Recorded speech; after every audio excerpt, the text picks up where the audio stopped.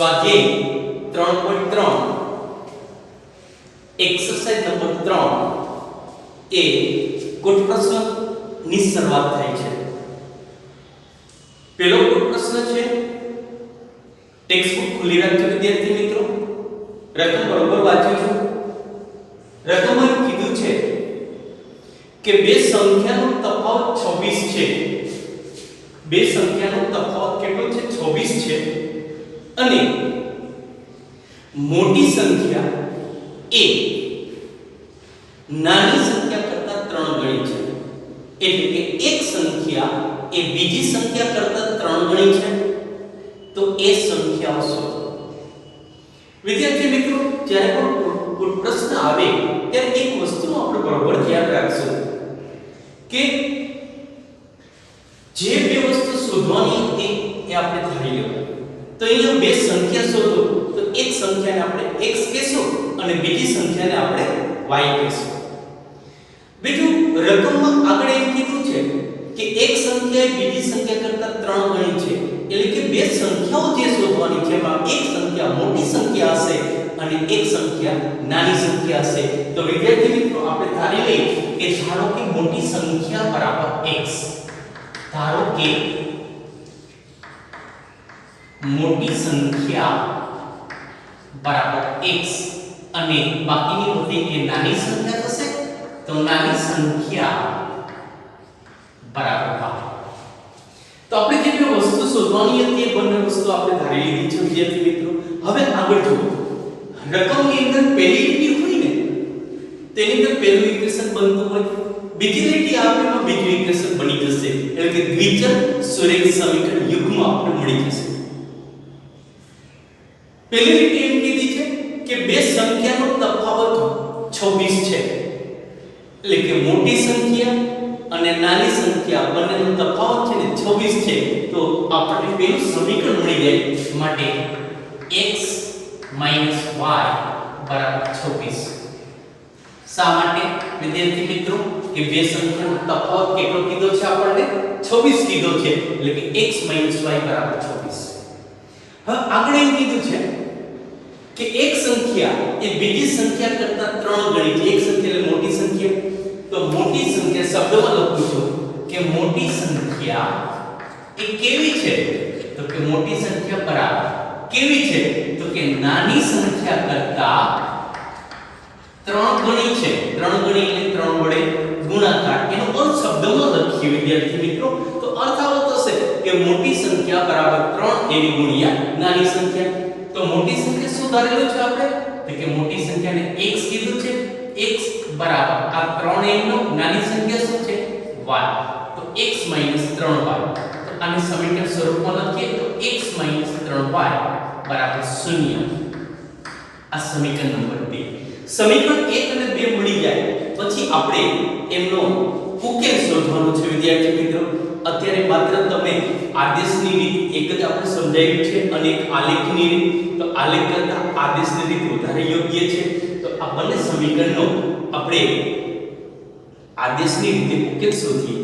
તો સમીકરણ 1 અને 2 બે સમીકરણો છે. સમીકરણ 1 માંથી કોઈ એક ચલને કરતા બનાવીએ. તો વિદ્યાર્થી મિત્રો, આપણે x ને કરતા બનાવીએ. તો લખીએ છીએ સમીકરણ 1 માંથી x ને કરતા બનાવતા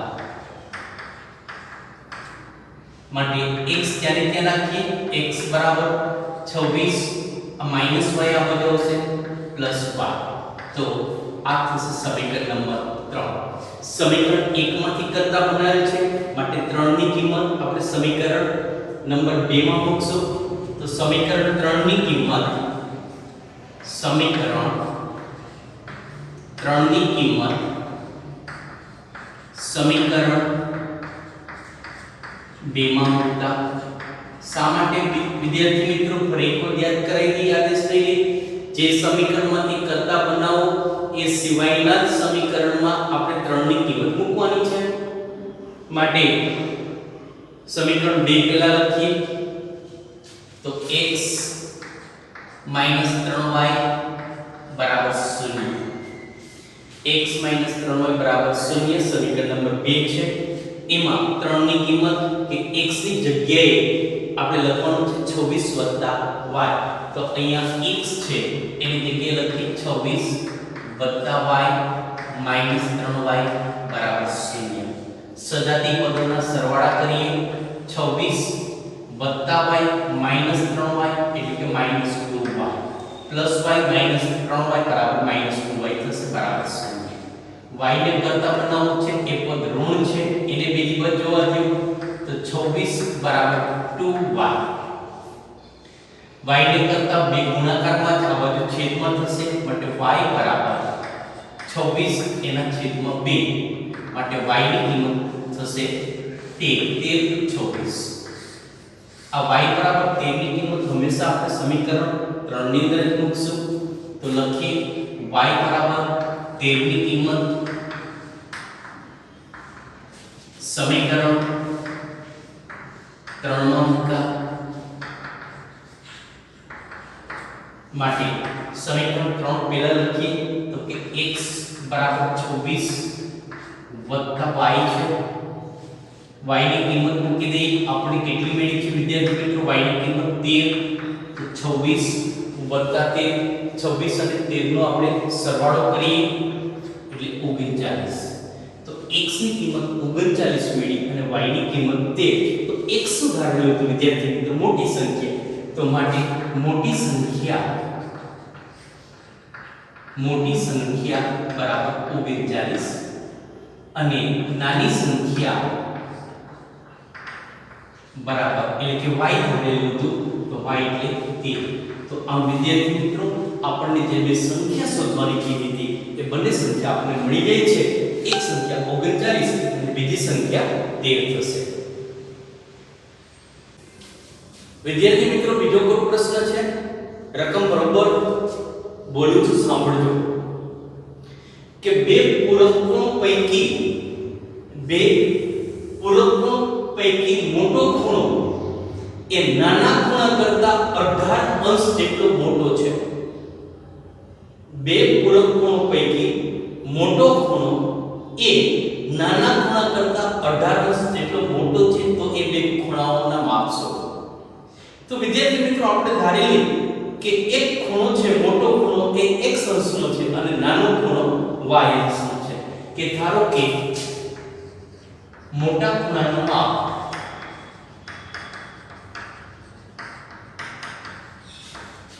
બરાબર x અને નાના ખૂણાનું માપ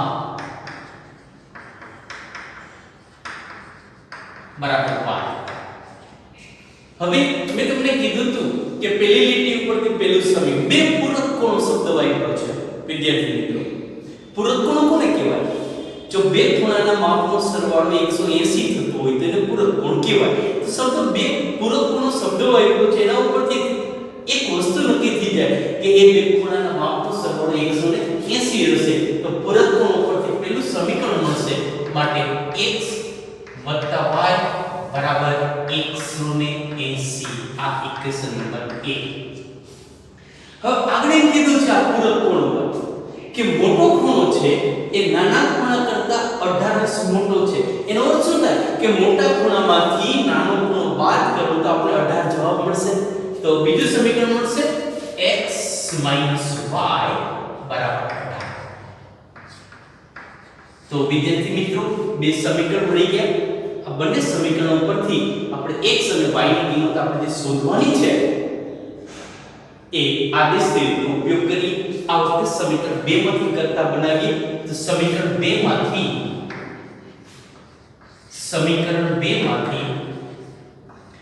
x ને કરતા બનાવતા x ક્યારે ત્યાં નાખો x બરાબર -y આ બાજુ આવશે એટલે +y વત્તા 18. આની ઇક્વેશન નંબર 3. 3 ની કિંમત 1 માં મૂકતા સમીકરણ 3 ની કિંમત 1 માં મૂકતા. શા માટે 1 માં મૂકીએ છીએ? કારણ કે કરતા છે આપણે બીજા સમીકરણમાંથી બનાવ્યો છે માટે 3 ની કિંમત 1 ની અંદર મૂકી સમીકરણ 1 લખીએ છીએ. તો x વત્તા y બરાબર 180. હવે x ની જગ્યાએ 16 કોણ છે વિદ્યાર્થી મિત્રો? y વત્તા 18. આ y વત્તા 18 વત્તા y બરાબર 180. સજાતી પદના સરવાળો કરો. y વત્તા y એટલે કે 2y વત્તા 18 બરાબર 180. 18 આ બાજુ આવશે માઈનસ થઈ જશે માટે 2y બરાબર 180 માઈનસ 18. 180 માંથી 18 બાદ કરો 162 કે 2y બરાબર 162. કરતા બનાવીએ y બરાબર 162 એના છેદમાં 2 તો y બરાબર 162 ને 2 વડે ભાગીએ એટલે 81. તો આ y ખૂણાનું માપ છે એ 81 અંશ હશે એટલે નાના ખૂણાનું માપ. હવે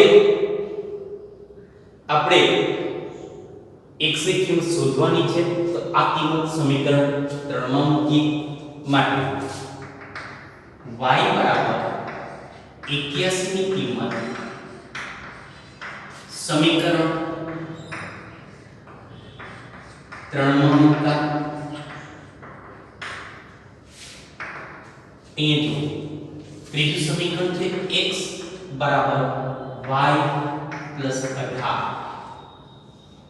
આ x બરાબર y ની કિંમત 81 વત્તા 18 માટે x બરાબર સરવાળો કરશો 99 માટે મોટા ખૂણાનું માપ બરાબર 99 અંશ x ની કિંમત છે અને નાના ખૂણાનું માપ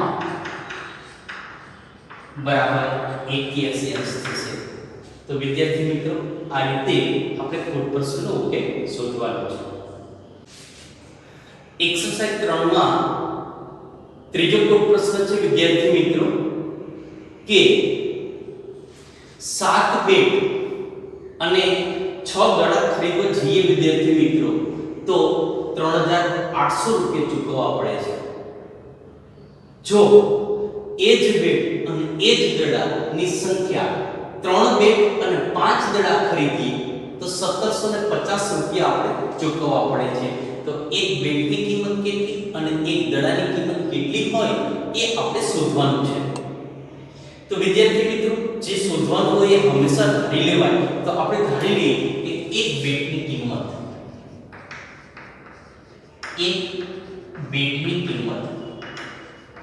બરાબર 100 રૂપિયા છે અને એક દડાની કિંમત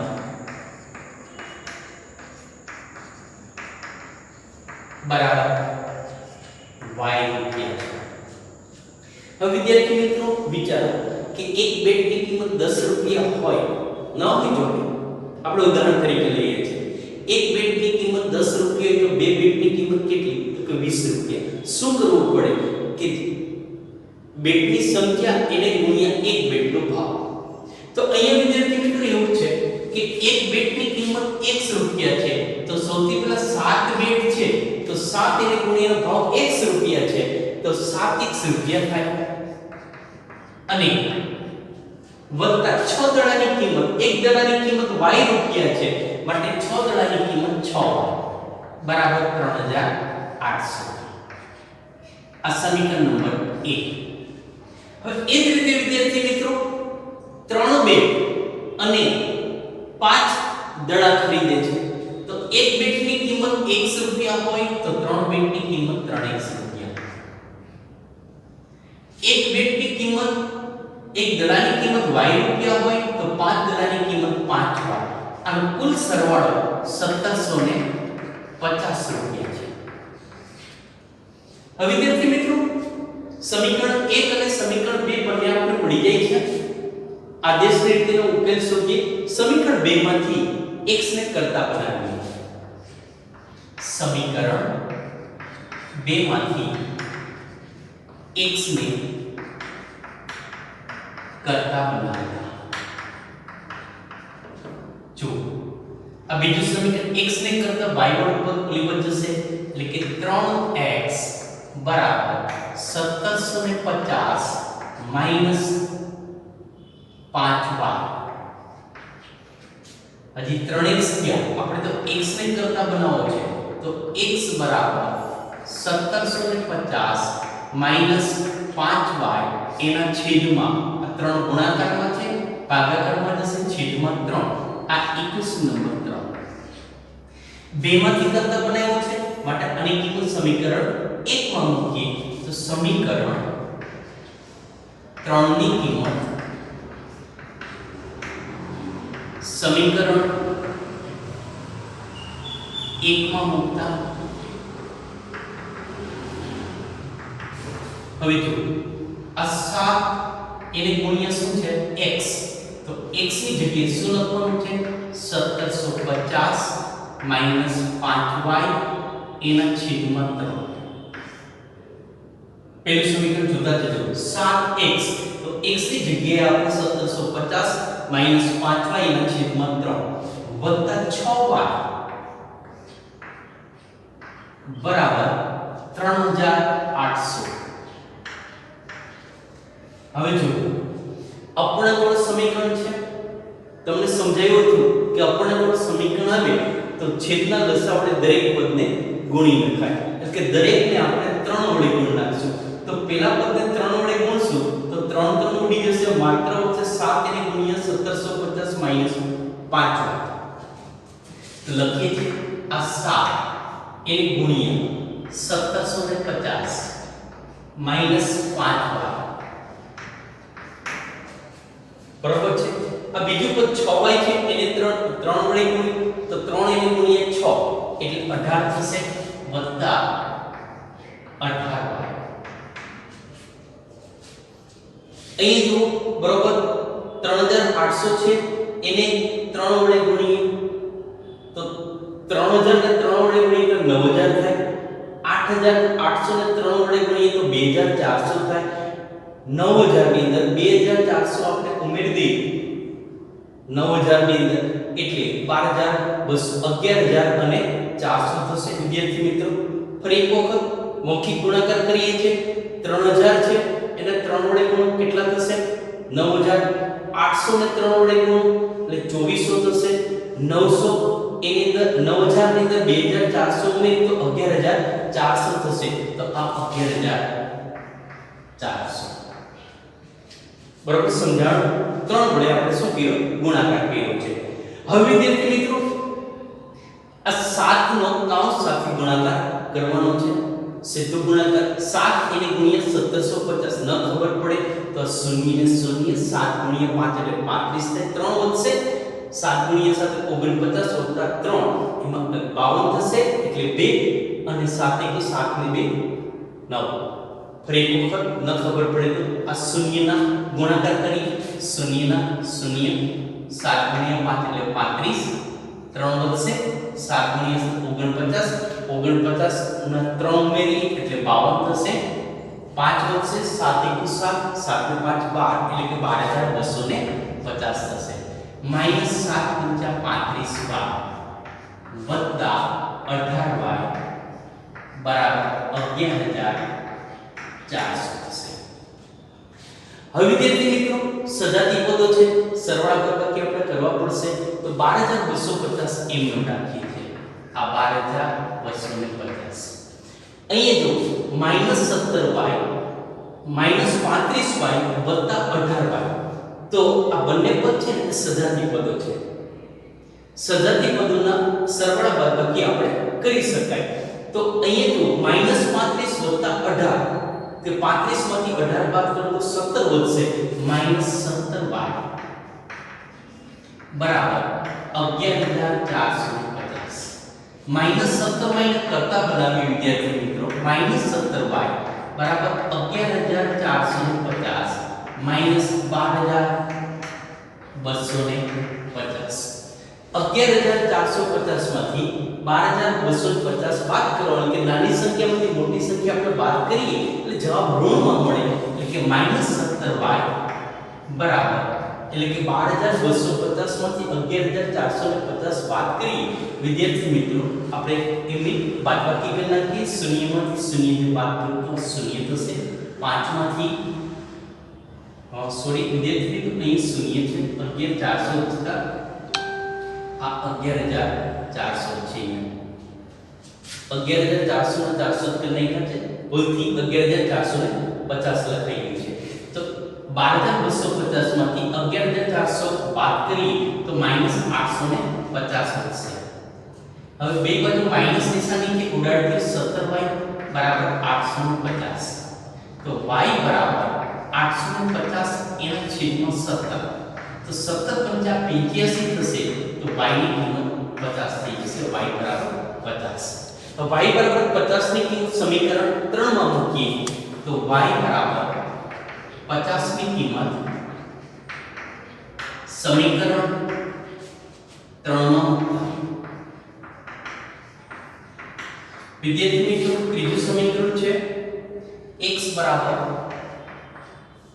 1750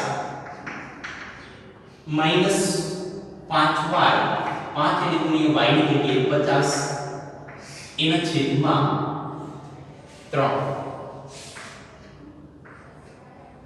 તો 1750 માઈનસ 5 ગુણ્યા 5 200 5 ગુણ્યા 5 એટલે 25 અને 0 250 એના છેદમાં 3 1750 માંથી 250 બાદ કરો તો 1500 એના છેદમાં 3 1500 ભાગ્યા 3 એટલે 500 તો વિદ્યાર્થી મિત્રો y ની કિંમત 50 મળે છે એટલે x ની કિંમત કેટલી મળે છે 500 x એ શું છે એક બેટની કિંમત તો જવાબ લખવાનો છે વિદ્યાર્થી મિત્રો તમે લખી નાખજો કે એક બેટની કિંમત 500 રૂપિયા અને એક દડાની કિંમત 50 રૂપિયા થશે તો વિદ્યાર્થી મિત્રો આ રીતે કોઈ પ્રશ્ન છે એનો આપણે ઉકેલ શોધવાનો હોય છે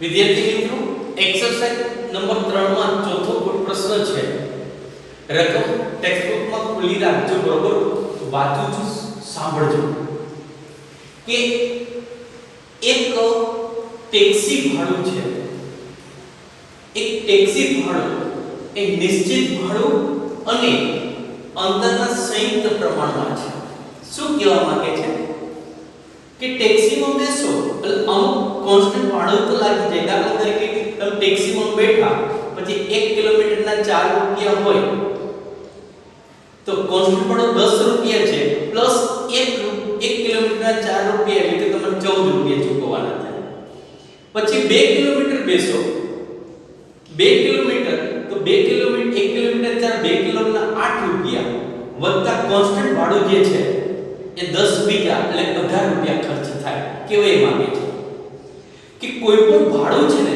વાહનનું એક કોન્સ્ટન્ટ તો હોય નહીં તો શું થાય કે આપણે બેસીને ઉતરી જાય તો નિશ્ચિત ભાડું તો ચૂકવવું જ પડે ભલે પેલી 500 મીટર ગયા હોય કે 2 મીટર ગયા હોય તો કોન્સ્ટન્ટ ભાડું તેને ચૂકવવું જ પડે તો કે એક ટેક્સી ભાડું છે એ નિશ્ચિત ભાડું વત્તા એ કેટલા કિલોમીટર અંતર કેટલું કાપે છે એના પ્રમાણમાં છે એટલે કે આના પરથી એક સમીકરણ આવું બની શકે કે કુલ ભાડું કેટલું હોય તો કે કુલ ભાડું છે એ નિશ્ચિત ભાડું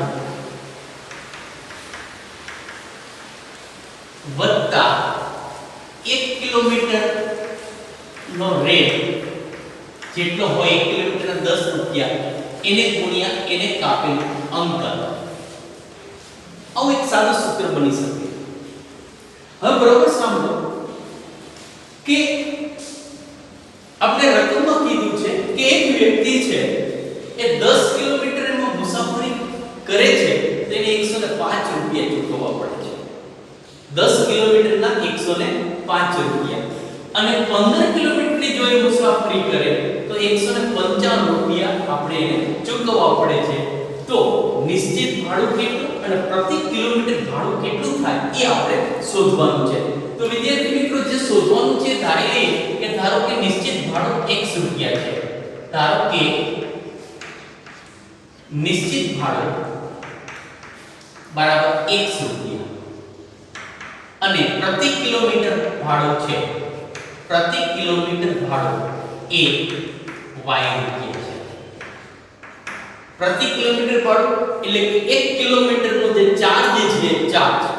હવે વિદ્યાર્થી મિત્રો બરોબર જુઓ કે પહેલી રકમ કીધી છે કે 10 કિલોમીટર એનું અંતર કાપે છે તો ભાડું કેટલું છે 105 રૂપિયા. આ સૂત્રમાં મૂકો ભાડું કેટલું 105 બરાબર નિશ્ચિત ભાડું કેટલું છે x વત્તા 1 કિલોમીટરનો રેટ આપણે કેટલો કીધો y રૂપિયા. તો કેટલા કિલોમીટરનું અંતર કાપે છે 10 કિલોમીટરનું એટલે કે 10y થશે. તો આપણે પહેલું સમીકરણ મળી ગયું x + 10y = 105 આ પહેલું સમીકરણ. હવે વિદ્યાર્થી મિત્રો એ જ રીતે બીજું સમીકરણ કે 15 કિલોમીટરના 155 રૂપિયા ચૂકવે છે એટલે કે એનું ભાડું 155 રૂપિયા થયું. 155 રૂપિયા નિશ્ચિત ભાડું તો x બધાને ચૂકવવાનું જ છે વત્તા એ કેટલા કિલોમીટર અંતર કાપે છે તો કે 15 કિલોમીટર. તો 15 કિલોમીટરના રૂપિયા છે 15y રૂપિયા. તો આ સમીકરણ નંબર 2. સમીકરણ 1 અને સમીકરણ 2 આપણી પાસે છે વિદ્યાર્થી મિત્રો. વ્યવસ્થિત ક્રમમાં ગોઠવી તો ગોઠવી શકાય ને આના રીતે રાખો. x + 10y = 105 લખી શકાય અને x + 15y = 155 લખી શકાય. આપણે સમીકરણ 1 માંથી x ને કરતા બનાવીએ કે સમીકરણ 1 માંથી x ને કરતા બનાવતા તો x ત્યાં ત્યાં રાખો 10y આ બાજુ લઈ લો 105 - 10y આની તો ઇક્વેશન નંબર 3. 3 ની કિંમત 2 માં મૂકતા 3 ની કિંમત 2 માં મૂકતા બીજું સમીકરણ પહેલા લખો વ્યવસ્થિત ગોઠવણી કરી. બીજું સમીકરણ છે x + 15y = 155. હવે વિદ્યાર્થી મિત્રો x ની જગ્યાએ શું લખવાનું છે 105 - 10y તો 105 - 10y વત્તા 15y બરાબર 155. સજાતી પદના સરવાળા કરો 105 એમનો -10y વત્તા 15y એટલે વત્તા 5y થશે બરાબર 155. 5y ને કરતા બનાવો 105 આ બાજુ થશે માઈનસ થશે માટે 5y બરાબર 155 માઈનસ 105 આ બાજુ થશે માઈનસ થશે માઈનસ 105 માટે 5y 155 માંથી 105 બાદ કરો માત્ર આવશે 50 માટે y બરાબર 50 એના છેદમાં 5 માટે y બરાબર 10. y બરાબર 10. હવે આગળ y બરાબર 10 ની કિંમત સમીકરણ 3 ની અંદર મૂકીએ. y બરાબર 10 ની કિંમત સમીકરણ 3 માં મૂકતા બીજું સમીકરણ શું છે તો કે x એ લખેલું છે x બરાબર 105